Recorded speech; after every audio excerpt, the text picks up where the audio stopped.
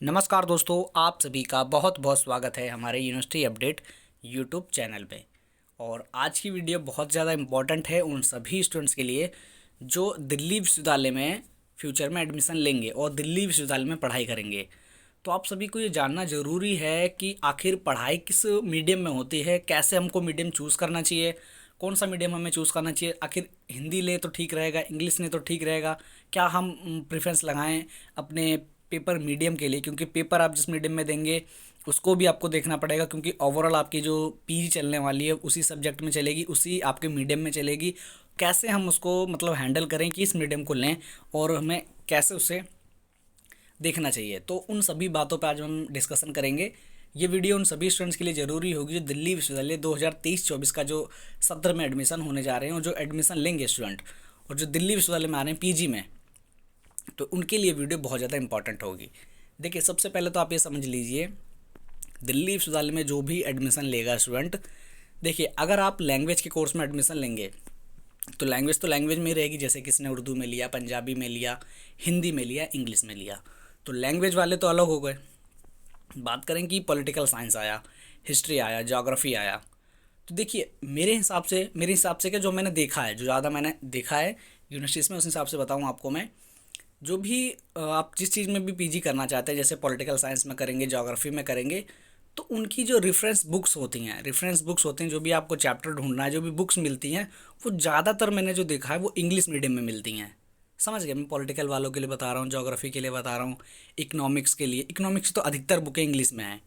तो हिंदी तो लैंग्वेज हो गई अपनी, और ज्योग्राफी हो गया, ये जितने भी सब्जेक्ट हैं ना, साइकोलॉजी हो गया, फिलॉसफी हो गया, तो इनकी अधिकतर जो बुक्स हैं, अगर देखिए जब आप पढ़ाई करेंगे तो आपको बुक्स की ज़रूरत पड़ेगी कि हाँ ये सिलेबस है और ये हमारा चैप्टर है, इस पॉइंट को हमें क्लियर करना है। तो ये आपको जब ढूंढेंगे तो आपको ज़्यादा से ज़्यादा इंग्लिश बुक मिलेंगी, इंग्लिश की बुक होंगी, इंग्लिश के ज़्यादा मटेरियल आपको मिलेंगे। हिंदी का थोड़ा सा हमें कम मिल पाता है। अगर कोई स्टूडेंट हिंदी का, तो हिंदी वाला क्या टैकल कर नहीं पाएगा, इतने सारे सब्जेक्टों को सही से पढ़ नहीं पाएगा, या पॉलिटिकल साइंस वो लेगा नहीं।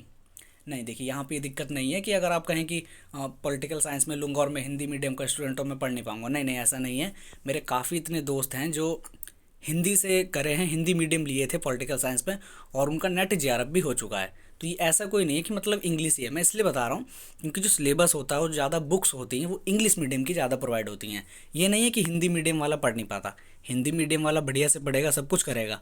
अगर आप हिंदी मीडियम ले लेंगे तो पढ़ाई तो आपकी हिंदी मीडियम में, देखिए वहाँ पे जब लेक्चरर होते हैं, जब अपना लेक्चर देते हैं, तो वो दोनों मीडियम का प्रयोग करते हैं। ये नहीं कि इंग्लिश बोल रहे हैं तो इंग्लिश पूरी मतलब चल रही है पूरी क्लास में, किसी को समझ आ रही है चाहे ना है, नहीं। हिंदी इंग्लिश दोनों का प्रयोग होगा। अगर आपको कोई क्वेश्चन पूछना है तो आप किसी भी लैंग्वेज में पूछ लीजिए, इंग्लिश आती है तो इंग्लिश में पूछ लो, हिंदी आती है तो हिंदी में पूछ लो, वहाँ पे कोई नहीं है, वहाँ पे कोई कोई आपको ये नहीं कहेगा कि आपको बाध्य किया जाएगा कि नहीं आप इंग्लिश में बोलिए, नहीं आप हिंदी में बोलिए, कुछ नहीं होगा।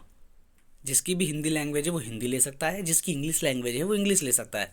पेपर देख लीजिए, पेपर अगर आप लिखते हैं तो पेपर में आपको लैंग्वेज सही से चूज़ करनी है।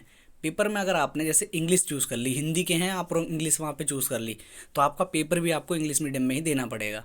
ये थोड़ी दिक्कत आ जाती है। और जैसे हिंदी के हैं तो हिंदी में दीजिए पेपर अपना, और अच्छे से पेपर लिखेंगे, कोई दिक्कत नहीं होती। बाकी जितनी भी बुक्स होती हैं, जितने भी मटेरियल होते हैं, वो थोड़ा इंग्लिश में ज़्यादा मिल जाते हैं, हिंदी में अपने को थोड़ा सा कम मिलते हैं। दिक्कत कुछ नहीं है, बस दिक्कत ये है कि मटेरियल ज़्यादा प्रोवाइड नहीं हो पाता है। अगर आप इंग्लिश के हैं तो इंग्लिश में तो थोड़ा ठीक रहेगा, क्योंकि ज़्यादा मटेरियल मिल जाएगा, जहाँ से भी आप पढ़ना चाहते हैं वहाँ से पढ़ सकते हैं। थोड़ा इसका मटेरियल कम मिलता है। बाकी इतनी बुक्स अब हो चुकी हैं, इतने अब हिंदी मीडियम वालों के लिए भी इतनी सब चीज़ें आ चुकी हैं कि आप जिस भी सब्जेक्ट से करना चाहते हैं उसका भरपूर आपको कंटेंट मिल जाता है। समझ गए? तो बहुत चीज़ें हैं। बाकी जो मुझे लगता है, जो जो मैंने चीज़ें देखी हैं, उस हिसाब से आपको मैंने बताया।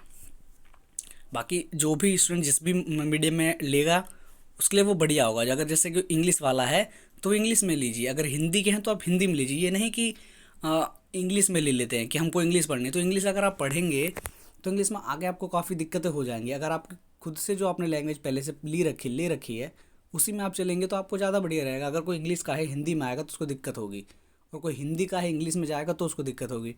जो भी आपकी लैंग्वेज है उसी लैंग्वेज में एकदम बढ़िया से तैयारी करिए, बढ़िया से पढ़िए, एडमिशन लीजिए। लैंग्वेज दोनों यहाँ पे होंगे, आपको हिंदी इंग्लिश दोनों में समझाया जाएगा।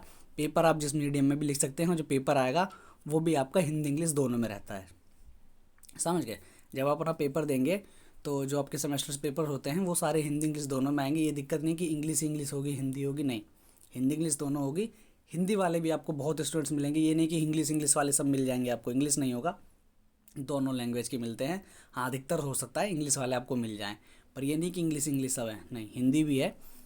बस थोड़ा सा ये जो बातें थी आपको जाननी ज़रूरी थी। जो भी लैंग्वेज की पूछ रहे थे कि भैया किस लैंग्वेज में हम पढ़ाई करें, एडमिशन के दौरान हमको क्या लैंग्वेज चूज़ करनी, क्योंकि ये जो आप लैंग्वेज लेंगे तो ये एप्लीकेशन फॉर्म में भी लगेगी कि आपको किस लैंग्वेज में पढ़ाई कर रहे हैं, क्या कोर्स है आपका, क्या मीडियम है। तो वहाँ हिंदी इंग्लिश दोनों लगती है, तो उसमें थोड़ा सा सही से देख के भरना है अपने अपने को। बाकी जब फॉर्म आएगा तो मैं उसको अच्छे से बताऊँगा आपको कैसे फॉर्म भरना है, सब कुछ आपको डिटेल होने वाली है। और जो भी पहली बार चैनल पर विजिट कर रहा है वो चैनल को सब्सक्राइब कर लीजिए, क्योंकि यहाँ पर आपको दिल्ली विश्वविद्यालय से आने वाली सभी important update time to time और ऑथेंटिक प्रोवाइड होती हैं। बिल्कुल दोस्तों, तो आई होप आप सभी का जो भी डाउट था एडमिशन के रिगार्डिंग, और क्या मीडियम लेना है अपने को, कैसे पढ़ना है, और क्या हमको दिक्कतें देखने को मिलती हैं, और क्या मतलब थोड़ा इसका हमें थोड़ा प्रॉफिट भी है, थोड़ा बेनिफिट भी है, समझ गए। तो मैंने सब चीज़ बता दिया आपको। हिंदी इंग्लिश के लिए क्या है, हिंदी में क्या प्रॉफिट है, और अगर आप इंग्लिश ले रहे हैं तो इंग्लिश में आपको क्या जैसे देखने को मिलेगा, तो सभी मैंने आके आई होप सारे पॉइंट आपको क्लियर कर दिए होंगे।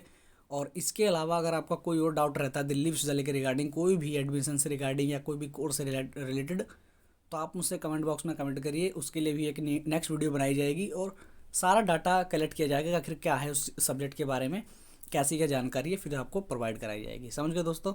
बिल्कुल, आई होप आज की वीडियो को आपको अच्छी लगी होगी। वीडियो को लाइक कर दीजिए, चैनल पर नए हैं तो चैनल को सब्सक्राइब कर लेना। बिल्कुल, आज की वीडियो को यहीं एंड करते हैं, मिलते हैं फिर नेक्स्ट वीडियो में। जय हिंद, जय भारत।